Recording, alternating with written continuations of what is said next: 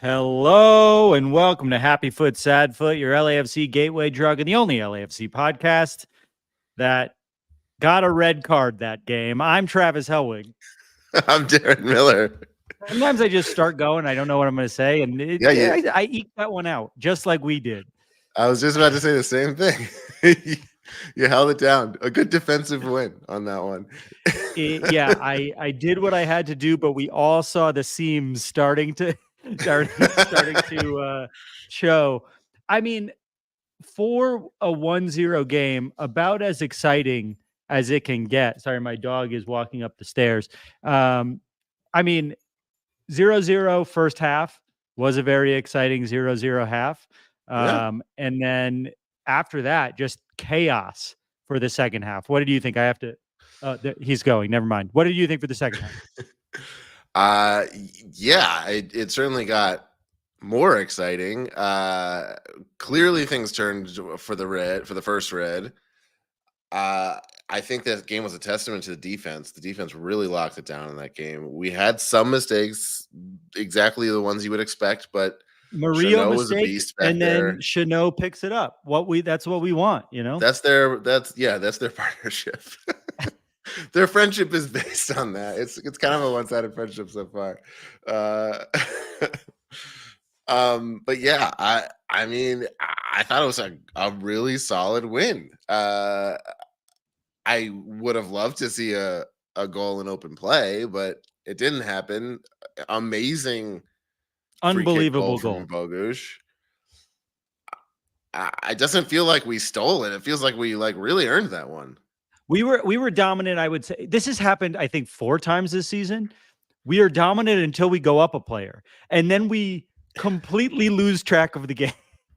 I don't know what happens, but the minute the other team gets a red card, and usually we score pretty soon after. I think that's the 3rd time we've scored immediately following another team getting a red card this season, and it's only been a third of a season so far. We then immediately fall apart. Everything that we've been, I guess the other team starts to press more. It gets more chaotic, but I thought we were in dominant control of that game up until we went up a man. Yeah. And I do think you have to give them credit that Atlanta just completely woke up for the first time. And I mean, Almada came on. And Almada's so good. He was the best player on the field. Every time he touched the ball, it's just like, oh God. He's so good. I mean, it definitely played in our favor that he was still out for the first half. And I think as listeners and watchers will be able to tell by this point, Vince is not here. This could have been a good opportunity for him to explain exactly what happened, but instead we're just going to talk to you about how we're feeling, and how we're feeling is pretty good. Vince, of course, a mandatory court appearance for his murder case, vehicular manslaughter, but they wanted to make it murder, but he brought the charges down to vehicular manslaughter. But look, this was a game that could have gone a lot of different ways, and I am so thankful to say we have not lost a game. And I think 10 games now. It's either 9 or 10. We are on an absolute roll with a depleted roster, as someone said in the chat earlier. We're going to lose Atuesta for the next game too, which is midweek. And so I doubt Ilie will be healthy by then, which will be a real test for the midfield. But I don't know, guys. Our roster is barely there. I pray for no more injuries, but we're looking great with a roster that is not complete at the moment. I have a bunch of happy feet that I want to get to before we start bringing on some of our guests. First, we wore black on the road. Always a good sign when we don't have the green jerseys on. What's up with those? Why did they choose to go with Philadelphia Union colors? You're a jersey connoisseur. What do you think about those Atlanta jerseys? The Philadelphia Union. Oh, the Atlanta? The light blue and yellow. Yeah, well, I was shocked by that. I didn't know. I feel like I should have, I guess, but I didn't even know that was a kit they had. That was real weird. Yeah. It's got a big bird on it. It was almost like they came out with those and we were like, oh, I get, we were ready to put the smokescreen kits on. The graphics we made were all in green. Another thing, weird lineup, our very first time, because we lost Ilya to injury, our very first time seeing Murillo, Chanot, and Long all in the back line, Hollingshead coming off the bench. And it looked pretty good for most of the game. I feel comfortable with that. And I think as long as Chanot is out there, I will always feel comfortable. He is becoming our most important defensive piece in a very short period of time. Twelman talked about it on the broadcast, but Chanot made a bunch of unbelievable stops. And while we're at it, Hugo Lloris, a couple of great saves, including making up for his own mistake and saving some really difficult stuff right near the end of that game where he turned the ball over and then saved a point-blank shot at the edge of the box. Yeah, that was he had a good game up until that point, but that was you could tell he knew right in that moment, like, I could be the one to blow this whole thing right now. Do not fuck this up.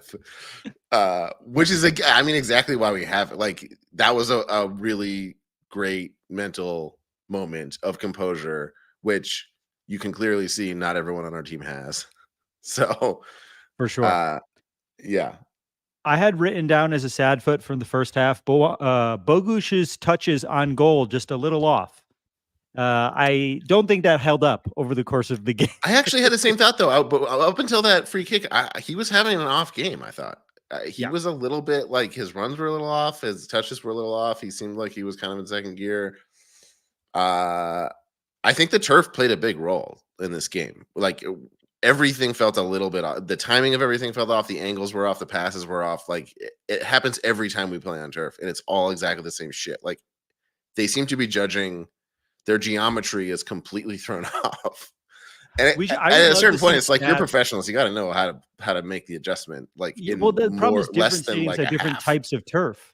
There's different turf in different places. So, but like, does. I would love to see stats of how we play in the second half on turf versus the first half. I feel like we never score in the first half when we play on turf, and then we open it up a little bit in the second half. A couple of other notes I have before we get to some callers. Campos is taking corners for us now, which I thought was interesting. I think there's been some complaints about Atuesta's corners, so I saw Campos and I think Bogusz take some as well. Good that Campos is taking that. Bogusz really botched one. They also did another short corner. Guzan looks like Voldemort if he went to CrossFit, just like a thicker Voldemort, I would say. Balenciaga Voldemort. Yeah. Just going through some happy feet. Chanot saves us when Murillo fucks up. Oh, I also want to say it feels like we've played a man up more times in this third of a season than we have in the 6 years prior. I don't remember red cards being this free. Am I wrong in that? No, it definitely feels that way. It feels like there's a lot of cards this season in MLS in general. Yeah. They're trying to crack down on. Part of it was the labor dispute, but in general, it seems like they're trying to, like, pick and choose what they are and are not locking down on. The refs always seem like they're, like, kind of getting the wrong calls, and it always leads to enough chaos to just, like, the first right call they make it kind of has to be cards. I don't know. Every time it happens, it always feels like it's a game where the ref is like a step behind leading up into it.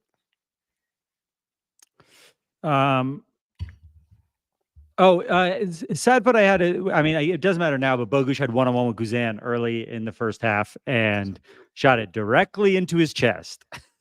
Yeah, we had a few of those. A little less frustrating, I think, than watching, like, Bowanga not even shoot on target, but like 30 times. And he did a lot of helpful things that were not shots this game. I had a couple sad feet. Yeah, hit us with it. Also, before you get to sad feet, happy birthday, Mario Salazar. Always in the chat, always hanging out. Congratulations on a win. Everyone give Mario a happy birthday in the chat. That's what we're here for. We're here to facilitate whatever greetings you want. You get a promotion, we'll make the chat say congrats on the promotion. All right, Darren, go ahead.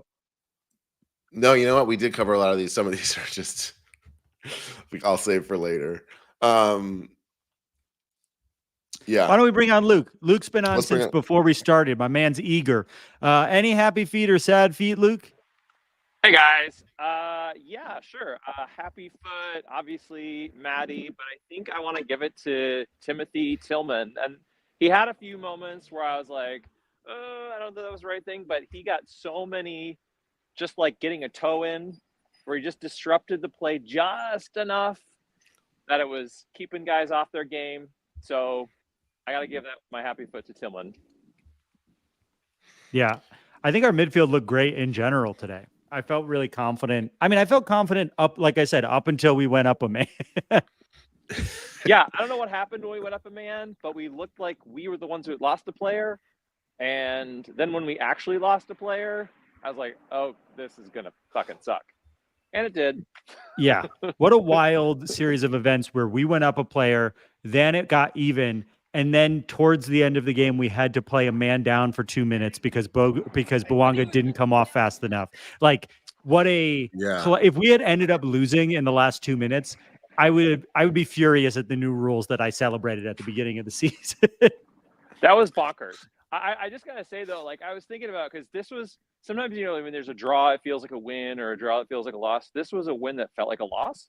Because it just felt interesting. Like we weren't at least for me, it didn't feel like we were really there for the last like I just like, oh my god, there are so many opportunities they could have scored, should have scored, you know, came this close to scoring.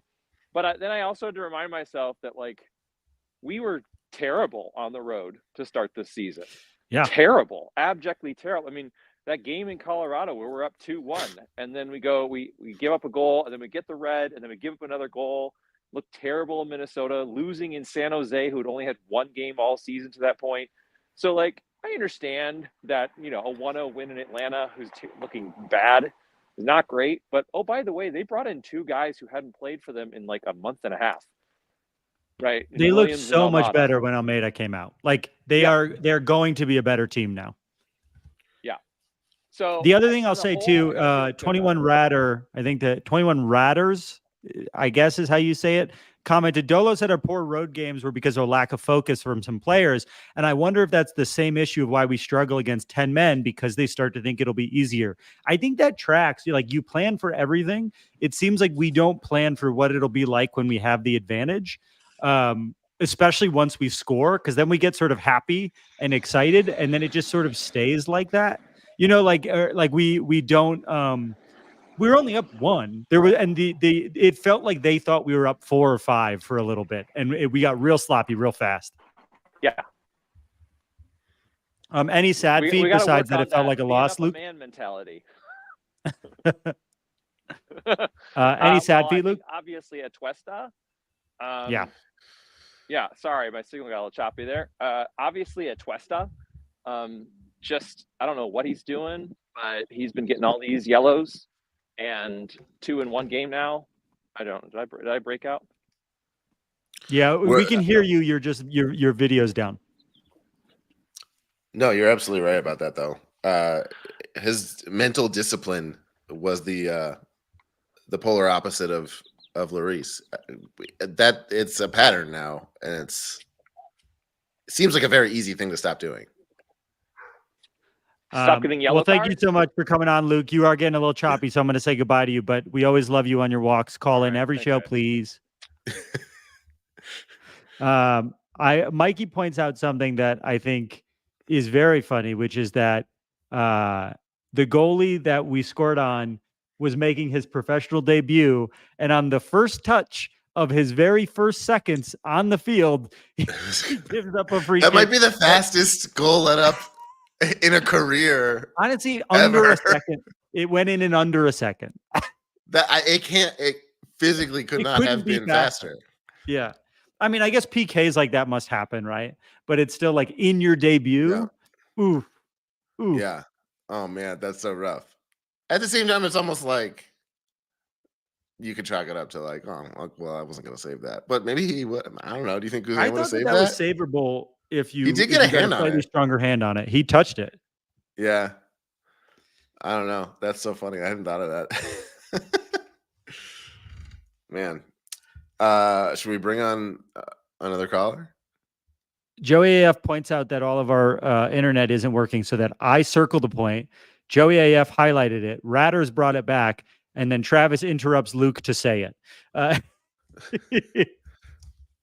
We get it done. Yeah, let's bring on Jeff Talk, heel of the foot. I feel like we need to yell at someone, and this will feel good. Oh, good. Yeah. Jeff, any happy feet or sad feet from the game? Well, as you guys know, I'd like to completely disregard the format of the show and instead talk about the heel of the foot. Jeff Talk's heel of the foot, presented by Jeff Talk. And unfortunately today, fellas, that's going to be our Polish friend Matty Bogusz, who I don't think played very well. I think he missed that early one-on-one. I think he's very lucky that he drew that red. That's a very, very, very done play by Guzan. There's no chance Bogusz, after getting hit in the face with the ball, is going to go track that down. Really stupid to drag his legs there. And then the goal is off a deflection. And you guys can be mean to the Atlanta keeper and say that he could have saved that. I don't think he's going to save it. And I think he would have gotten to it if it hadn't gone off the guy's head. So I think, unfortunately, Matty Bogusz as the heel of that didn't have a good game, but came through for us. That's Matty Bogusz. And then I'm interested to say that you guys liked Campos' corners. Because to me, you say Omar Campos. I say Omar can't take no more corners, man. That was not great. You know what I'm saying? Not your best work, Jeff. Not your best work. Pretty good. There's a play on Campos. No more corners. That's a corn purse. All right. Yeah. No more. You showed me, Travis. You got me with that one. That's how it's done. That's how it's done. Yeah. We'll look around me. So here's my new talking point that I think is interesting to think about is who's going to leave. Because we know who's coming in, right? But some of these guys are going out. So I think that we're going to lose one of these three midfielders, which I think is going to be really interesting. That I don't know that you're going to pay Tillman. You mean Dueñas, right? Well, who's going to take Dueñas? Do you know what I mean? Honestly, Montreal. I feel like a team like Montreal will be like, we'll take them. They've taken a couple small guys from us, haven't they? Yeah. But you guys remember Torres, who started a playoff game for us and then left on a free. I don't think he's even playing in MLS. So you want to hope that our guys are going to go to big MLS clubs, but I don't even know if that's going to happen. Although it's interesting. I do think Tillman, Ilie, and Atuesta, one of the three of them will not be here by the end of the summer window. Tillman has been playing really well. There's a world in which another team might want him when he's playing so well. Ilie has Ilie's salary is pretty high. It would be hard to get rid of him. I feel like I don't really know how that works. I wish Vince was here to talk about that. But me too. And then Atuesta, I think, has been our most solid player. Although he's getting paid a good amount. I don't know if they want to get rid of him. I don't know. Who do you think's going out? You piece of shit. You mean you're talking? Good one, Travis. Yeah. I would think my hot take is that it's going to be Ilie. The Ilie is a domestic player because he has a citizenship. He's making a lot of money. He's a great glue guy for your Colorados, for your Real Salt Lakes, for your people that need one of these higher vet guys. And I would also say that it's very possible Bogusz leaves because we're treating Bogusz like he's a fourth midfielder, right? We're talking on the broadcast that when we get the strikers in, he's probably going to move to midfield. And it wouldn't surprise me if he wanted to go somewhere else. If there's a Serie B team who wants him, you know what I mean? But I think you're saying because he would want to play forward. No. I think he wants to play in Europe. I think this has always been a pitch for him. He was he was playing for not Venezia, Mallorca. For Ibiza. Yeah, for Mallorca. That he's going to want. Or no, Ibiza. It was Ibiza. You're right. Yeah, I honestly one of those party islands. Once you start getting into second tier European soccer clubs, that's Vince's territory. That's not my problem. But I think he's going to want to go back to Europe. So I think you're going to lose Ilie. I think you might lose Bogusz, and then I think one of these center backs is going to go. And obviously, we all know Aaron Long should be the one who leaves. I don't know if that's going to happen. I think it might be Murillo. I was waiting for you to say something about Aaron Long. I continue to think he's having a great season. He doesn't look rough in the way that he looked last season. And especially next to Chanot, he seems strong. We agreed with you last season that Aaron Long was a detriment to the team.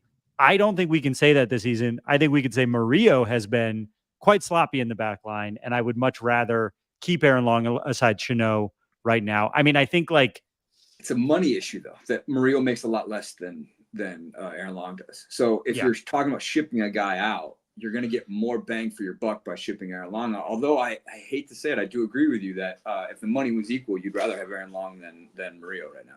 Long is not our best CBJ.140. That's not true, and you should be ashamed of yourself. I will say Long almost cost us that game with a questionable handball in the box that we are lucky did not go to review. Yeah, I that's mean, true. Very obviously a handball. I think it was close enough that they couldn't say for sure, but I think there is an argument to be made that should have gone to review. He also had a terrible clearance right at the end. Yeah, when he just kicked it right to the other team. I legitimately thought, like, does he think, is it Sunday Soccer? And he was like, oh, right, we're in black. My bad, guys. Like, felt bad. Yeah, I mean, it was, maybe he looks a little bit better next to Murillo being sloppy this year. But he has also improved a lot over last year when Murillo has gotten a little worse, I think. Luke pointing out it was reviewed. I mean specifically that they didn't call the ref over to take a look at it. I know that fourth referee said they shouldn't take a look at it. I feel as if we were on the other side, we would be screaming right now. I think that was probably a handball because his hand was out like this as opposed to against his side. It was not in the most natural of positions. But what do I know? I'm just a man in a hat. God bless you, Travis. And then I'd also any other stupid garbage you want to say to a bunch of people who don't respect or like you? You don't even mean it. Like, that's the thing. I can tell when you mean it. You're not even mad at me. You just want a little bit of juice. It's fine. Oh, you're saying I'm phoning it in today? You piece of shit. You didn't cause enough damage by going after Tomas Angel for 25 minutes last show. You want us to now be meaner to you? There it is. That's what Angel has the best game of his life, and we spend half the podcast talking about him going bald, and you're bald. I'm balding. Vince is bald. Darren is balding. We have no right to talk about that man balding. Going bald. That's why it's such a good bit. And his hairline is going back, you piece of shit. All of our hairlines are going back. Yeah, 37 years old. Did you know that hair loss is due to high testosterone? So that just means that Jeff Talk is the most man of all of us. That's true. People often say that to me when they see me in the stadium. They say you're the most man out of everyone I have before that. Anything else you want to leave us with before we get to an actual smart caller? Who's the smart? I'm not. Nope. You're setting me up. It's going to be like. I like. Please welcome to the show, Tomas Angel. Oh my God. Oh, that'd be so good. That would be Tomas. What year were you born, and what do you want to be when you grow up? Were you born? Yeah. Were you born pre or before or after 9/11? Also, did you get your job because your dad is successful? Yeah. He also fell down in the box. I don't know if you guys remember that. But my hot take is that I like the new time wasting rules. Even if they dick this over a little bit, I like that. Yeah, man, if you fall down and need treatment and shit, like, let's pull you off. Like, if you're going to walk to the sidelines, let's hurry it up. Like, and I know that that's very American of me, that, like, I'm not appreciating the nuances of time wasting or whatever. But, like, ultimately, fellas, like, I don't really like to leave the country. You know what I mean? Like, I'm a real fucking parochial motherfucker. So, like, I like America. I like my opinion on sports in America. And I don't like it when fucking guys roll around. I hate it. And I hate it when we do it. I hate it when the other team does it. I hate, like, having 6 minutes to go get a beer because somebody's fucking stretching out their leg. Let's get these guys out of here. Let's hurry the game up. Let's go, you know? And I disagree with you strongly. I do like the new rules, but I love gamesmanship and theater when it comes to working the refs. And that's why I want to say a happy foot is Atuesta on the fly, realizing that there's a loophole in the time wasting rules, which is that if you get a red card, you can stay down for as long as you fucking want. What are they going to do to you? Literally, what are they going to do to you? So I guarantee you from now on, after every red card, every single player who's on a team that's up will go down for 5 to 10 minutes. That will happen in every game until they change the rules. Honestly, brilliant from the professor himself. Well, and I also think it's a smart move. Take the time out of it. Just let's reset our team. We just had something really terrible happen to us. They have a free kick right there. Let's get inside everybody's head. Let's let, our World Cup winning goalie take a breath, and that's to our advantage. So, So anyways, whoever your next caller is. I also want to talk about Season in the Midwest. You guys have no fucking idea what the Midwest is. Oh my God. Shut the fuck up. Goodbye. Oh God. That's so funny. We both went for it at the same time. your opinion on I don't want to hear your opinion on soccer, let alone something fun like cities. So glad to put a pause on our analysis of the game we just watched to talk about roster moves and rules. Maybe we should get back to it. Look, I also love. It's fun that I would have said this to you, Jeff, directly, had we not just had to get you off the show. But the Jeff Talk of the Week has changed now from like person who does a lot of work but is underappreciated to just person who played poorly, I think. Jeff, so I Jeff, explain yourself. Welcome back to the show, Jeff. The Jeff Talk of the Week is someone who did not play well and is not that good at soccer and yet really contributed to the team. Kicking you off the show for saying Matty Bogusz is not good at soccer. You are dumb. You don't belong on the show. Dumb people are only wait allowed. Wait a second, Travis. Let's not go that far. People who don't know anything about soccer are not allowed to be in front of a microphone. Vince, we need you. Please welcome to the show, actually a smart person, our good friend Daniel. Daniel, any happy feet or sad feet from the game? First of all, Travis, I want to report to you that I like Mr. Talk, so I value Mr. Talk's. Daniel, thanks so much for being here. That's your warning, Daniel. You're back. Any happy feet or sad feet from the match? Happy feet. If you remember, kidding. You can like Talk if you want. You can like Talk if you want.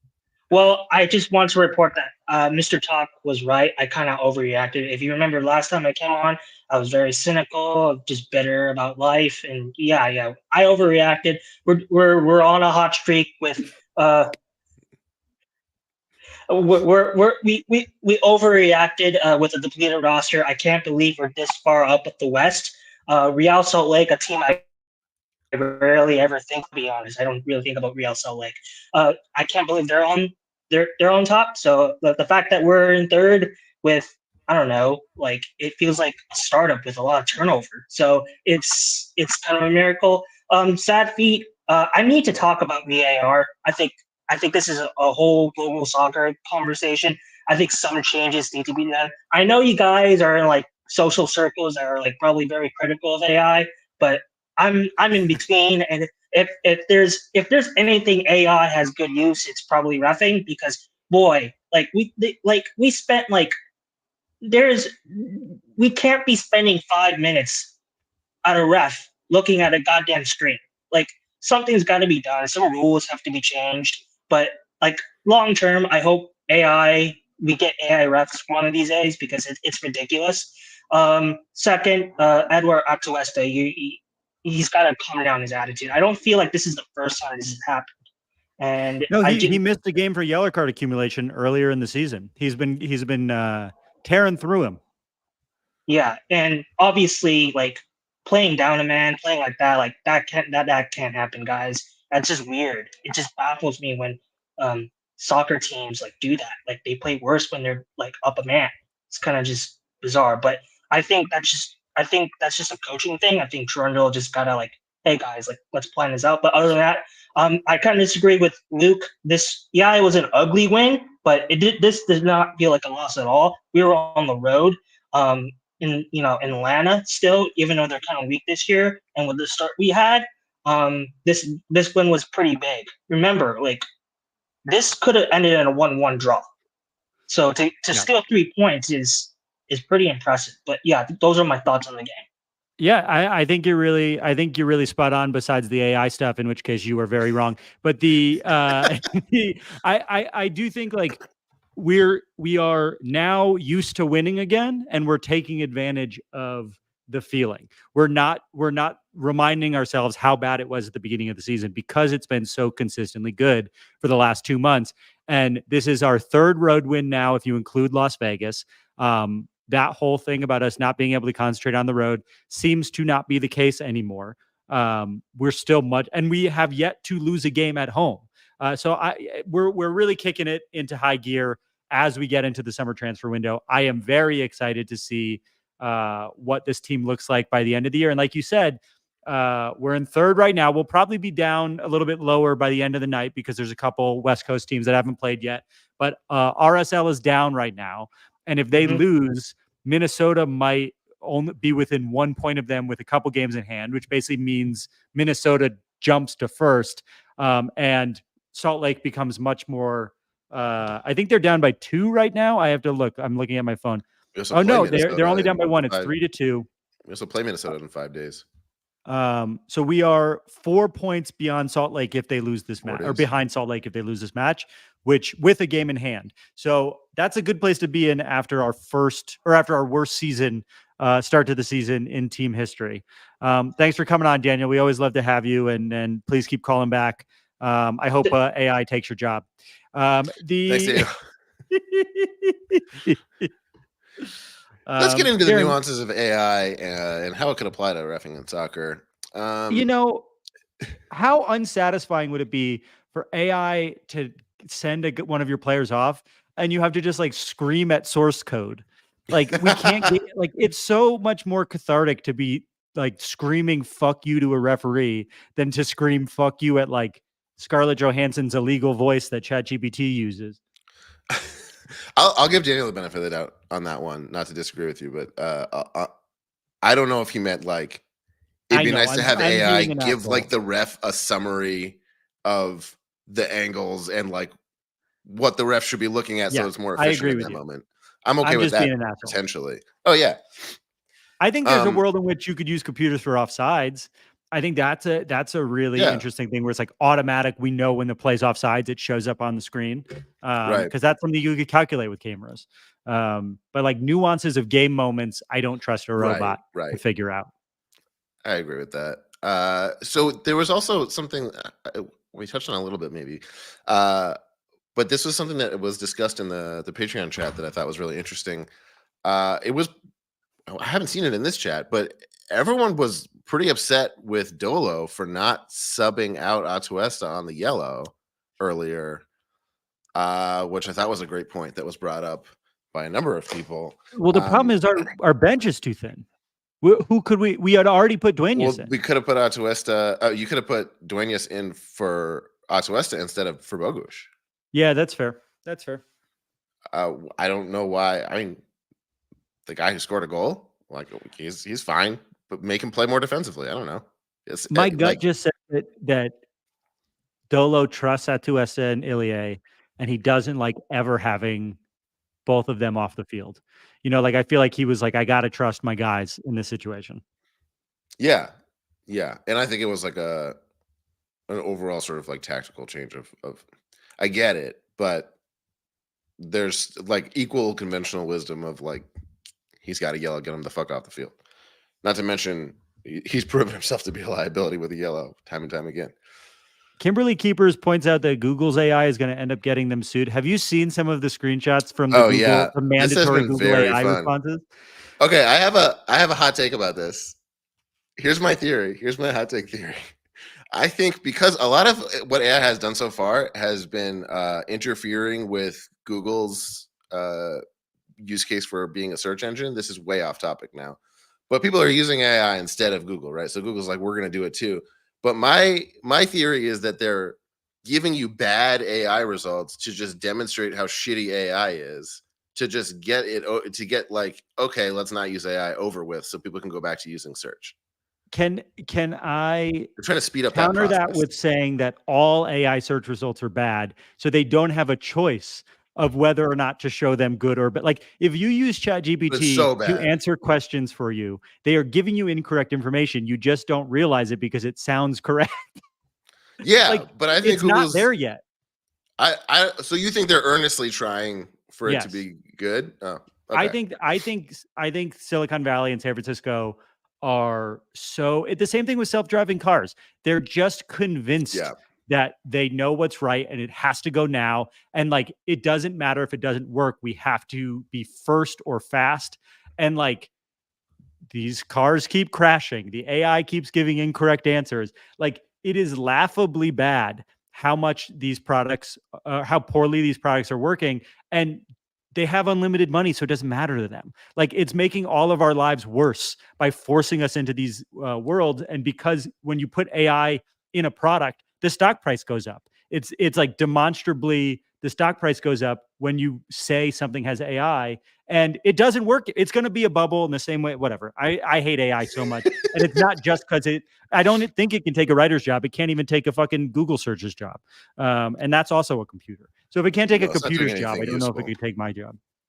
And it's also such a cop-out that the response is always like, well, this is the worst it'll ever be. That doesn't mean it's going to get any better enough to do anything useful. It can still be the worst it'll ever be and end up being terrible at its best. Truly. Which player on our team would you like to replace with an AI player? Like a robot playing the position. Can I include players who are out on loan?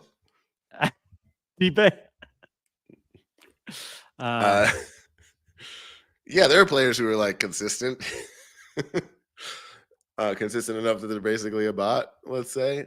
Now that we're off topic enough, I'll bring up I really was disappointed. I'll call this a sad foot. Last week I really praised all the ad integrations for how well it lined up. The heat map presented by Celsius, there's a temperature relevance there. I thought that was good. And this week we had what was it? Player Spotlight presented by Allstate. What the fuck is that? What is the really Player Spotlight has nothing to do with hands, has nothing to do with Allstate. What are we doing? Spotlight. I mean, like when a player is really good in high school, they win Allstate. Could that be it? Oh. It could have been it, and it wasn't. But the problem is calling it Player Spotlight. You have to call it like Player Statement by Allstate, or like it's the word Spotlight that is the problem. Well, that's the thing they have control over. Anyway, they made me look like a real idiot. We're paying every month for this shit. We don't need the ads. Make them good. I think they need the ads. I think Apple TV Plus needs as much money as they can get. They're going to be raking it in when they show these. They're going to be raking it in when they show all these U.S. Open Cup games. I'm trying to see if there's any other notes that I have from the game. Oh, I have a sad foot, which is that I love that Kike is playing with confidence and doing some cool things. He's taken a lot of shots now in situations where maybe he needs to go more towards the Bouanga adjustment of looking for his teammates. Like he now knows that he can score and he's trying at all times. And I'm like, okay, let's tone that back down to like an 8 or a 9. Okay, we're happy that you're here, Kike. But yeah, let's tone down some of that excitement. But I love that he's attacking the goal now. I love his confidence. I don't want him to tone it back down to like a 6. But let's not be at 11 anymore. Yeah, that's okay. Yeah, I think he's going to be at 11, and then maybe I'll give him a couple more games, but I'll be in the same place there in a bit, I think. But I think overall, like the thing that made me generally very happy with this match is I think that when we were really in a problematic way in the beginning of the season, the conclusion that we sort of came to is that we were really kind of flailing, trying to find our identity. And then in the stint that we've had where we've looked really good, it's felt like we did finally find that. And we're in the process of settling into an identity that you can look at as a through line that we did maintain in this match.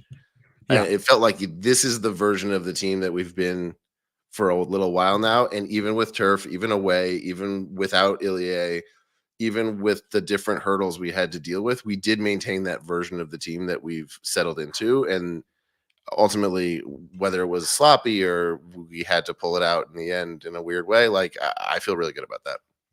The team is working right now. And like the identity that Vince has been asking us to find and the execution that he had wanted has been happening now for 2 months. And we can no longer say that this team is struggling. That is not the case anymore. We are a top team in this league. We might be the top team in the West. However, we're going to have a real test of that, I think, on Wednesday against Minnesota, who currently is playing better than anyone else in our conference. And we're going to do that without Ilie Sanchez and without Edward Atuesta. So it's going to be a real fucking test for Timothy Tillman and Eric Duenas and Musto, our man Musto might be there. It is just like who fills that slot. I guess maybe you bring Bogusz back down. We see how Kamara is feeling, but like our midfield is going to be is going to be in rough shape against a really good team on Wednesday. And then we're following that up with a game against Dallas, who isn't as good, but who is beating Salt Lake right now. So proving that they're capable of winning against good teams. It's going to be a tough week for us. It'll be, I'm not too excited about the Wednesday game. I'll say that. Yeah, it kind of underlines how fucked that was that Atuesta did that. When you make such a great point. Not only are we playing Minnesota, which is a huge game, but now we have, and Ilya was already injured, and so Atuesta was so particularly important in this next match that he will now miss. That sucks. It's the game against Minnesota could determine who is in first in the West in the coming weeks. Like if they keep playing the way that they're playing and we keep playing the way that we're playing, that could be the tiebreaker game. They have a game in hand still, and they're above us already. But if we could get 3 points from them at home, we could potentially be in first in the West somewhat soon if our form remains where it is. Who knows? I'm a little scared for that match. And I do think the Dallas game, we never play well in Texas, and I believe that's an away game. Let me double check. Nope, it's a home game. Never mind. The Dallas curse does not apply for a home game. Or Texas curse. The Texas we're Texas toast. That's what we're calling it. Maybe it's not home or away, it's the kids. Have we thought about that? Maybe we're just winning in black. I hate those kids. Joey AF's birthday is on Wednesday. They got to win for Joey one bar. Angel deserves a chance. Pupdan says that. Pupdan, of course, a member of the Angel family. Good point. Swiss Army Hollingshead will be in the midfield. Hollingshead came in at the end of this match and locked it down pretty well. That might have been his head that from the wall that their free kick went off of. He had some good plays at the end there, and yeah. Danny Angel. I wanted to say Danny Angel because we've been saying Angel. You know how bad I am at this. I'm a Polish German guy. I can't do this.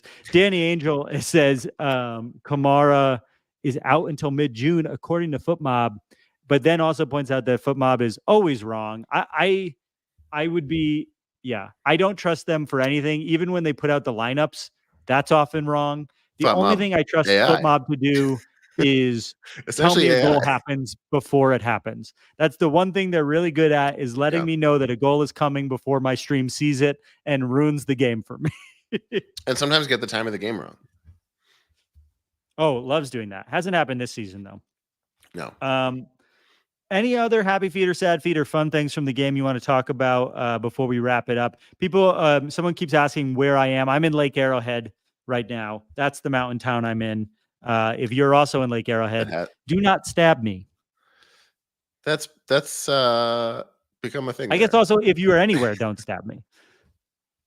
Wow, you're really getting strict here with the Abel Castillo coming in with a hot take. Hold on, Darren. Not gonna lie, guys, the front office needs work. We signed Giroud, but they need actually to see where roster holes are and ignore shitty MLS rules.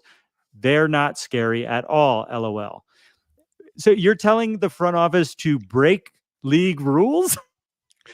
Sure, we signed the second best player in the league, but can we also break a bunch of rules and get fined?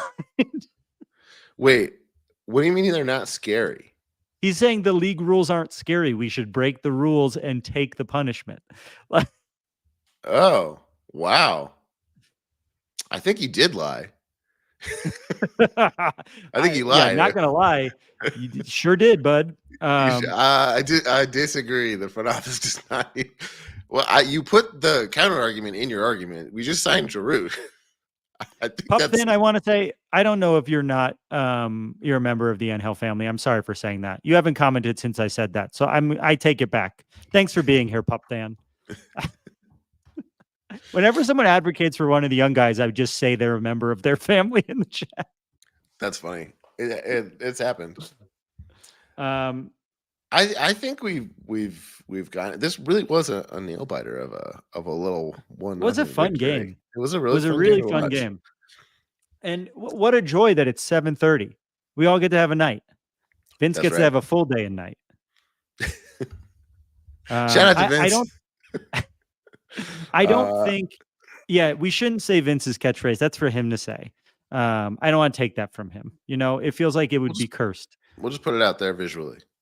Carlos Martin Del Campo types out Vince's catchphrase. If you want to type it out in the chat, you're more than welcome to. But you shouldn't say it out loud like Voldemort. It's the phrase that should not be said. Only one man's brave enough to say it. Like Brad Guzan. We got 2 games at home, both important league games. Maybe one of our most important weeks in a while, especially that Minnesota game on Wednesday. And so we will be there, and we'll see you at BMO, baby. I love you. Bye. I love you. Bye.